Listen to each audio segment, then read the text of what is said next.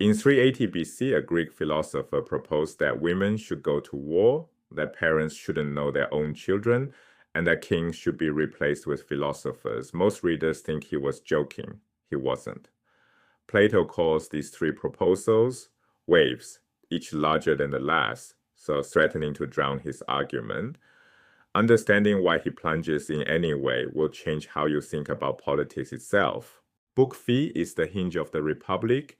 Socrates has been sketching the ideal city, Kallipolis, ruled by a guardian class, the military and ruling elite trained from birth for virtue. His friends interrupt. They demand he explain one thing he mentioned in passing, that women and children will be held in common. Socrates resists. He warns that answering will unleash three waves of absurdity. Then he swims into them anyway. Each wave follows logically from the last. Each looks more impossible than the one before. And the impossibility we'll see is precisely the point. The first wave, equal education of women. Right? In 5th century Athens, women didn't leave the household. Right? They didn't vote, didn't fight, didn't do philosophy. Plato says the female guardians should train alongside the men in gymnastics, in warfare, in mathematics, in ruling.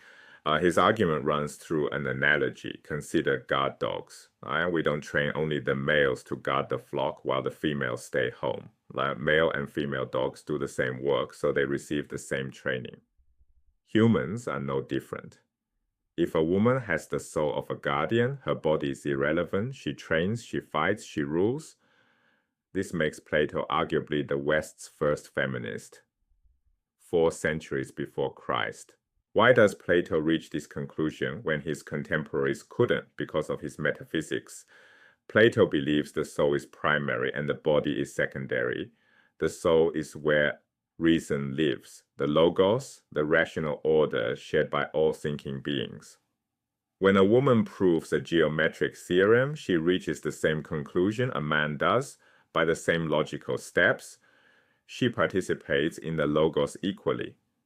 The body, male or female, is just the accidental shell the reasoning soul happens to inhabit. If the soul is what matters, then sex, like height or hair color, is politically irrelevant. Equality follows from devaluation of the body. A caution here. Plato is a feminist for reasons modern feminists might reject. He doesn't celebrate women's embodied experience. He argues the body doesn't matter, right? And since it doesn't matter, women can rule. It's feminism by subtraction. Keep this in mind as the waves grow larger. Right? And the same logic that liberates women from the household will soon dissolve the household altogether. The second wave crashes. Among the guardians, Plato abolishes the family, no marriage, no private households, no knowing your own children. Guardian women and men made at state-appointed festivals. Infants are taken at birth and raised in communal nurseries. A child calls every guardian of the right age mother or father. The whole class becomes one family. Note the limit. This applies only to the guardians, the ruling elite, the producer class. Farmers, craftsmen, merchants keep their households and private property, but the rulers must have nothing of their own. Why such an extreme measure? Because as long as you have your children, your property, your household, your loyalties divide, private attachments and public duty pull against each other.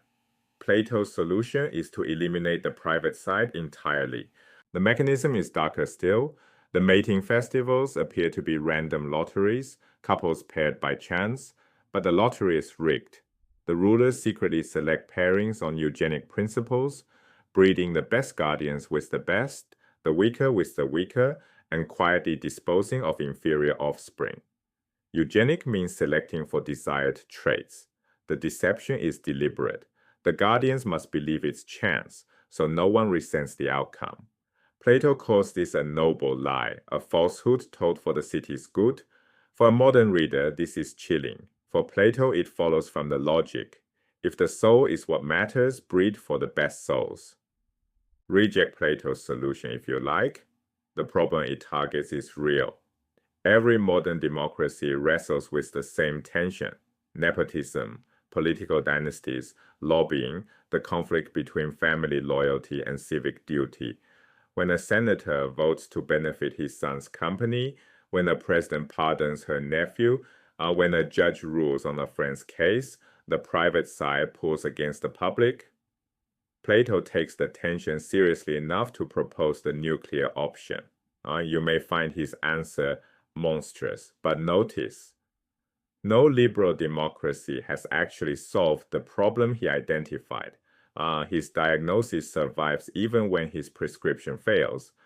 And now the third wave builds on the horizon. The third wave is the largest. Can any of these actually exist?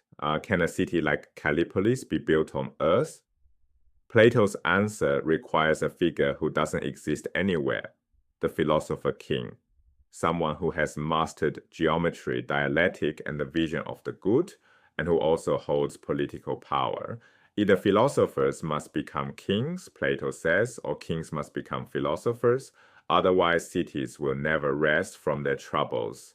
His interlocutors are appalled. Philosophers in Athens were considered useless, strange, sometimes dangerous. Socrates himself would be executed by the city. The idea that such a person could or should rule seemed laughable. Right? And here Plato seems to admit defeat. Right? The ideal city may never exist. The gap between the ideal and the actual looks like a refutation of the whole project. This is where the argument turns. Plato reads the gap the opposite way. If the ideal cannot be realized in space and time, the problem isn't with the ideal. The problem is with space and time.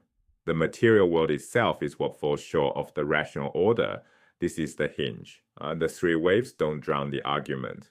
They wash it off the shore of politics and out toward the forms, the eternal, non-physical realities that physical things imperfectly reflect. Justice, the good city, the philosopher-king belong to that higher order. The rest of the republic, the sun, the line, the cave, is the metaphysics this diagnosis demands. Plato's impossible city was never meant to be built. It was meant to point beyond.